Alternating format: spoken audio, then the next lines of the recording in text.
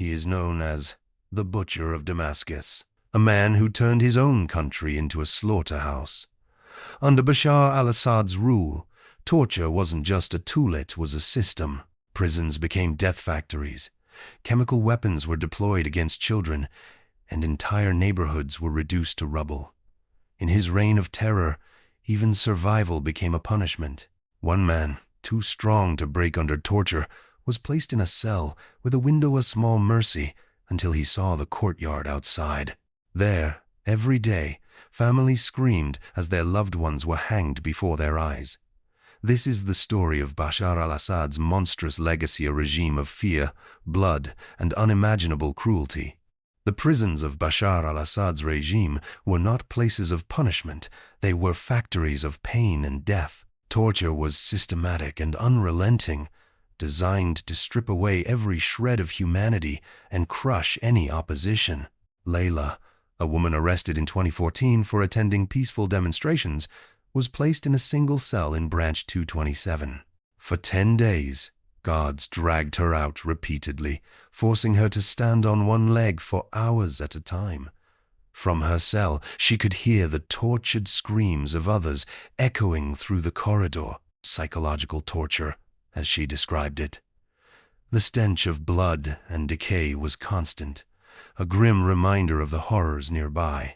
On her 13th day, she was beaten during an interrogation that lasted over 10 hours, enduring relentless strikes with a plastic tube and fists. Her suffering was far from unique.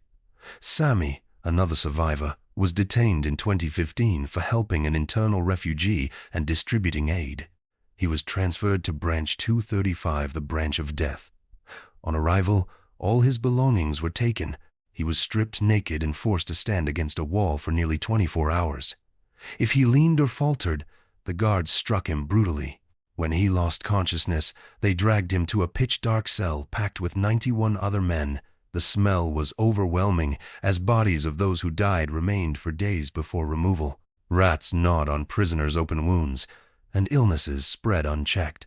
Sami endured daily torture, electric shocks that rendered him unconscious, and repeated blows to his head. By the 9th day, he couldn't see or hear. After 13 days of unrelenting suffering, then, without explanation, Sami was released. Too weak to walk, 2 guards carried him out of the cell. They handed him a glass of sugared water, his first sustenance in nearly 2 weeks, and threw him out of the prison. Sami later learned that a colleague of his wife had used personal connections with the prison chief to secure his release. These are just 2 stories among thousands. For most, survival wasn't an option. Death was the inevitable outcome of Assad's hellish prisons. His regime transformed these facilities into slaughterhouses where those who entered rarely left alive. Torture wasn't random or chaotic. It was a calculated weapon of terror, designed to instill fear, break spirits, and assert absolute control over a shattered nation. Within the walls of Sednaya Prison, cruelty reached industrial proportions. Among the most horrifying revelations was the existence of the human press, a grotesque machine engineered to crush the bodies of executed prisoners into unrecognizable remains. Before being fed into the machine, the victims were often dragged from the gallows, their lifeless bodies still marked by the ropes that ended their lives. The press served a dual purpose: a practical tool for disposing of evidence. The ropes and press symbolized the regime's calculated brutality, where death became a deliberate weapon of fear. In Assad's Syria, even children were not spared from the horrors of his regime. Human Rights Watch describes the regime's detention centers as an archipelago of torture. Among those trapped in this web of suffering were children as young as 13. Hassan, just a boy when he was detained, recounted his nightmare to investigators. Tortured at the hands of Syrian security forces,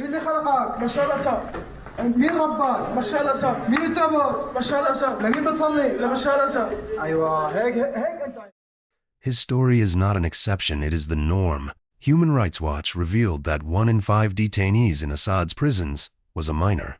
These children, robbed of their innocence, were subjected to the same brutality as adults: beatings, starvation, and psychological torment.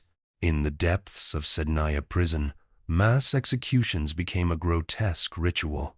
Every week, 30 to 40 prisoners were hanged in what guards mockingly referred to as parties. For them, it was a celebration of their absolute power, a twisted spectacle where the lives of their victims were extinguished with cruel indifference. Bashar al-Assad's reign of terror wasn't limited to prisons and executions. His regime brought horror to the streets and homes of ordinary Syrians through the use of chemical weapons, brutal instruments of war deployed against civilians. One of the most infamous attacks took place in Ghouta in 2013, where sarin gas, a weapon banned under international law, was unleashed on a sleeping population. Entire families suffocated in their homes. Children were found lifeless, their bodies contorted in agony, foam still on their lips. Over 1,400 people died in a single night, their deaths a grim testament to the regime's inhumanity. The attacks didn't stop there. In 2017, Khan Sheikhoun was struck by another sarin gas assault, killing over 80 people, many of them children. Rescue workers described scenes of unimaginable horror. Parents clutching their dead children, streets filled with bodies, and survivors choking as they begged for air. Chemical weapons were Assad's tool of mass murder, used not only to kill but to terrorize. The message was clear. No place was safe, not even the sanctity of a home. Despite international outrage and condemnation, Assad deployed these weapons repeatedly, targeting Douma in 2018 in yet another gas attack. His disregard for human life and international law made him one of the most reviled figures of the modern era. Bashar al-Assad's reign of terror is over, but the scars he left behind may never heal.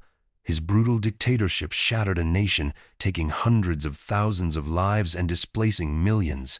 Cities lie in ruins, families remain broken, and the memories of his atrocities haunt every corner of Syria. The fall of Assad's regime has brought revelations of unimaginable horror. Mass graves continue to be uncovered, and the prisons he used to silence dissent have become memorials to suffering.